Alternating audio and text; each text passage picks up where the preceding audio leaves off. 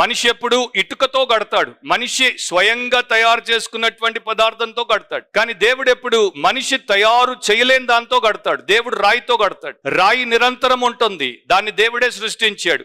ఇటుకను మనిషి తయారు చేసుకుంటాడు, ఒక సమయంలో అది ఉనికిలోనికి వస్తుంది, ఆ తరువాత మరలా ఉనికి లేకుండా పోతుంది. సో ఈ రోజున మన సమాజము, మన పట్టణాలు, మన దేశాలు, మన యొక్క కమ్యూనిటీలు ఎలా కట్టబడుతున్నాయంటే దేవుడికి వేరుగా, దేవుడిని విడిచిపెట్టి సొంతంగా వారికి తోచినట్టు, వారికి ఉన్నటువంటి ఉద్దేశం, ఆశయం, లేకపోతే వారికి ఉన్నటువంటి లక్ష్యాలను బట్టి వారు కట్టుకుంటూ పోతున్నారు. అందుకనే ఎక్కువ కాలం ఈ యొక్క సమాజము నిలబడదు. దేవుడు స్థాపించినటువంటి ఏకైక వ్యవస్థ నిలబడుతుంది. కన్ఫ్యూషన్ ఎందుకుంది సమాజంలో? ఈ గలిబిలి ఎందుకుంది? సమాజము తలకిందులు ఎందుకయింది? తారుమారు అనేది ఎక్కువగా ఎందుకుంది అంటే అది దేవుడిని విడిచిపెట్టేసింది గనుక. దేవుడిలో ఉన్నటువంటి క్లారిటీ కమ్యూనిటీలో, వరల్డ్ లో, ఈ యొక్క సొసైటీకి లేదు గనుక. దేవుడిలో ఉన్నటువంటి స్టెబిలిటీ సొసైటీకి లేదు గనుక. దేవుడిలో ఉన్నటువంటి ప్యూరిటీ సొసైటీకి లేదు గనుక అది ఎప్పుడు కూడా తలకిందులై, తారుమారై, భయంకరమైనటువంటి స్థితిలోనే ఉంటుంది. సో ఇక్కడ దేవుడి ద్వారా మనం ఒక పాఠం నేర్చుకోవచ్చు. ఎవరైనా సరే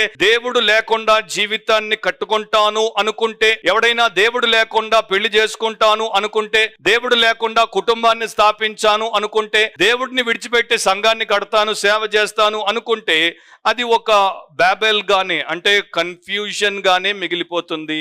దాంట్లో కెయాస్ అంటే దారుణమైనటువంటి అస్తవ్యస్త స్థితి తప్ప ఇంకేం ఉండదు. అండ్ ఇక్కడ బైబిల్లో మనకి ఇంకో విషయాన్ని కూడా దేవుడు చూపిస్తాడు.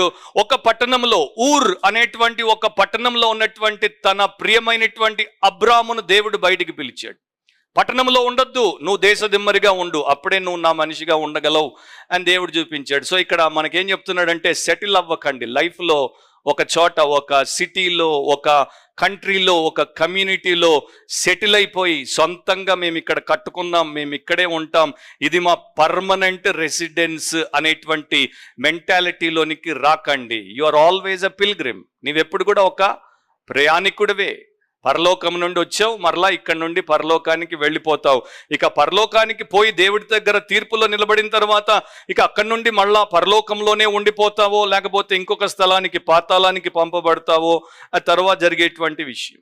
సో ఇక్కడ ఆదికాండంలోనే దేవుడు ఏం చూపిస్తున్నాడు చూడండి. ఆయనకు దూరంగా పోయినటువంటి కయీను పట్టణాన్ని కట్టాడు, పట్టణంలో ఉండిపోయాడు. ఆయనకు దగ్గరగా వచ్చినటువంటి అబ్రామును దేవుడు పట్టణం నుండి బయటికి తెచ్చాడు, దేశదిమ్మరిగా చేశాడు.